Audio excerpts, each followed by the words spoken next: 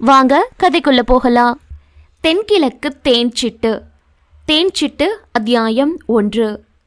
பொன்மாலை பொழுதில் வானம் செக்க சிவந்த பார்க்கவே ரம்யமாக இருந்தது.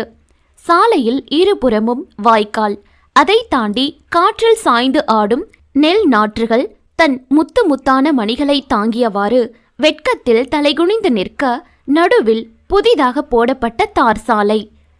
அந்த கிராம சூழ்நிலையே மனதையும் உடலையும் அமைதிப்படுத்த போதுமானதாக இருந்தது. இடைப்பட்ட காலத்து மக்கள் நகரத்து வாழ்க்கைக்கு ஆசைப்பட்டிருந்தாலும் தற்போதைய கால மக்கள் இதுபோன்ற ரம்யமான சூழ்நிலையைத்தான் எதிர்பார்க்கிறார்கள்.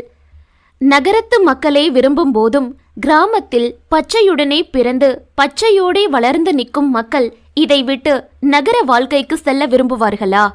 முறுக்கேறிய தேகத்துடனும் மடித்து கட்டிய வேட்டியுடனும் வண்டியில் ராஜா போல் வந்தான் தேவா. அவனது வண்டி சத்தத்தை கேட்டதும் வேலை செய்து கொண்டிருந்த மக்கள் பரபரப்பானார்கள். ஏய், உன்ற ஆள் வராருடி என்று ஒரு பெண் கடலை மூட்டையை கட்டியவாறே சொல்ல, எங்கடி எங்க என ஆள பறந்தனர் அங்கிருந்த வயது பெண்கள். ஒரு பெண் பார்த்தால் கூட அவளது வயது கோளாறு என கடந்து விடலாம். வேலை செய்யும் வயது பெண்கள் முதல் 2 குழந்தைக்கு அம்மா முதற்கொண்டு அனைத்து பெண்களும் அலைந்தால் அதை எதில் சேர்த்த என்று தெரியாமல் நின்றாள் தனா. அவரே பொண்ணுங்களை மதிச்சு பேச மாட்டாருல்ல, இதுல ஆளா பறக்குதுங்க பாரு என தனா கூட பல நாட்கள் நினைத்திருக்கிறாள். அப்படியான ஒரு நாள்தான் இன்றும். ஏண்டி ராசாத்தி, நாங்க அவரை பார்க்க ஆசைப்பட்டா கூட ஒரு அர்த்தம் இருக்கு. நீ கண்ணாலங்கட்டி 2 குழந்தையும் பெத்துப்புட்டு எதுக்கடி இந்த ஆள அலையறவ?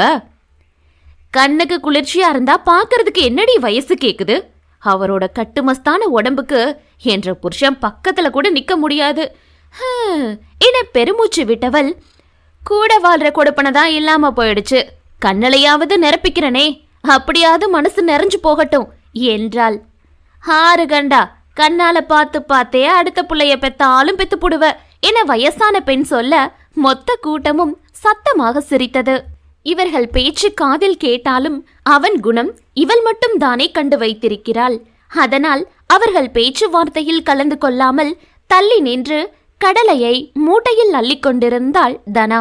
அவன் வண்டியில் செல்லும் தோரணையையும் தன்னை ஒரு தடவை திரும்பி பார்த்து சிரித்துவிட மாட்டானா என ஏங்கும் பெண்களுக்கு இடையே தனா ஏனோ தானோவென அவனை பார்த்து வைப்பாள்.